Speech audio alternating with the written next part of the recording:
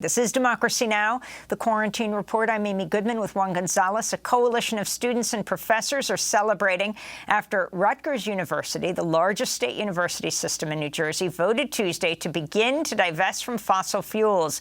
The vote by the Rutgers Board of Governors and Board of Trustees followed a campaign by the Endowment Justice Collective that grew out of the global climate strike in 2019 and led to a referendum vote in 2020 in which 90% of students supported divestment. About 5% of Rutgers' $1.6 billion endowments invested in fossil fuels. The agreement means the school will now cease new fossil fuel investment and divest from passive index funds with fossil fuel investments. Rutgers said it also plans to invest in renewable energy and energy efficiency, and the school's investment office will annually report on divestment progress.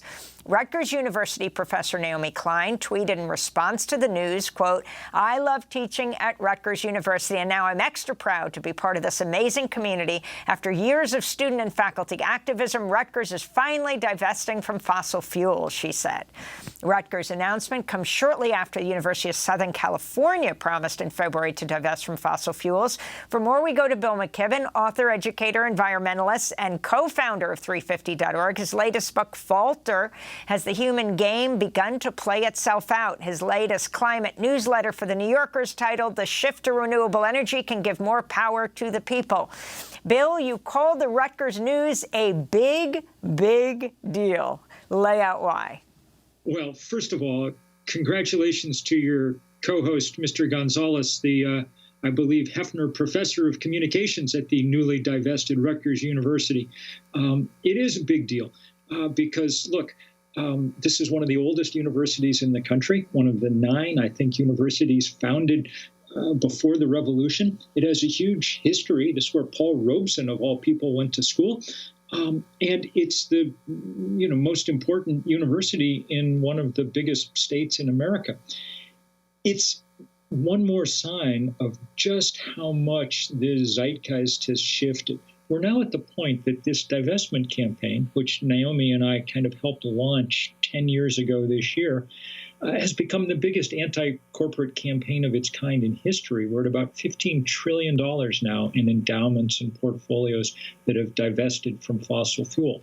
And they run the gamut from tiny religious orders and little schools out in the woods to Oxford and Cambridge. And now Rutgers right in the middle of it.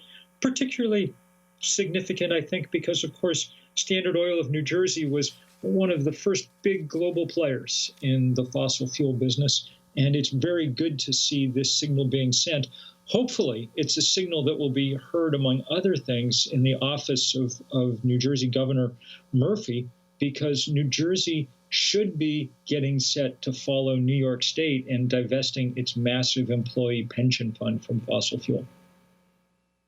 And Bill, I wanted to ask you, one of the dirty secrets of the fossil fuel industry, of course, and that makes it more enticing for some of these institutions to divest, is the decline of the industry from a financial perspective. Could you talk about that as well?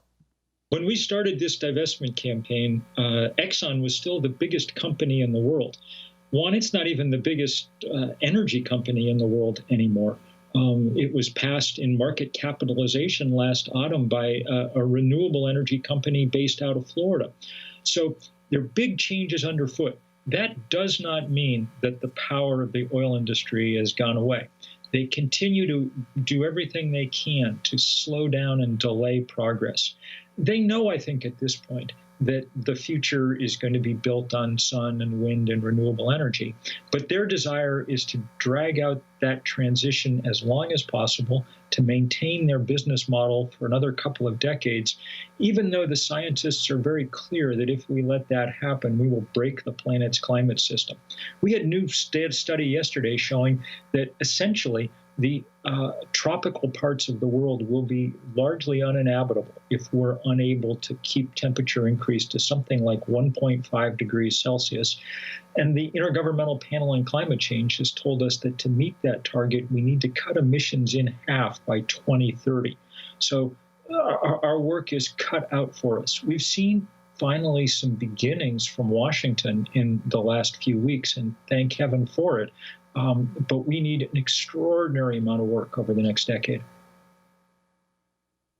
And what about the issue of the movements on the campuses that have developed of students and faculties and even community organizations pressuring these universities? Could you talk about the importance of these movements and maintaining them? So first of all, one of the interesting things about this Rutgers thing and many other universities is the battles took 7 or 8 years. And that means that it was a couple of generations of students. You know, administrations kind of count on the idea that 4 years from now, everybody's gone and they'll have moved on and forgotten. But kids did a great job of recruiting the next generation. They also reached up to faculty. The American Association of University Professors played a big role in making sure that Rutgers faculty was on side here. And there's been, over that 10 years, this steady kind of coalescing of the environmental movement and the justice movements into the same thing. Because we now are completely clear, I think, that the people who are hit first and hardest by fossil fuel and by climate change are the ones who have done the least to cause these problems. You know, there was a new study about 3 weeks ago, really one of the most important things that's come out in a long time. And what it showed was that, forget climate change, simply the deaths from particulates linked to fossil fuel combustion now kill almost 9 million people around the world. That's about 1 in 5 people who die on our planet. It's more than HIV, AIDS, malaria, and tuberculosis combined. And none of it's needed because now we know how to take advantage of the large flame that the good Lord put 93 million miles away.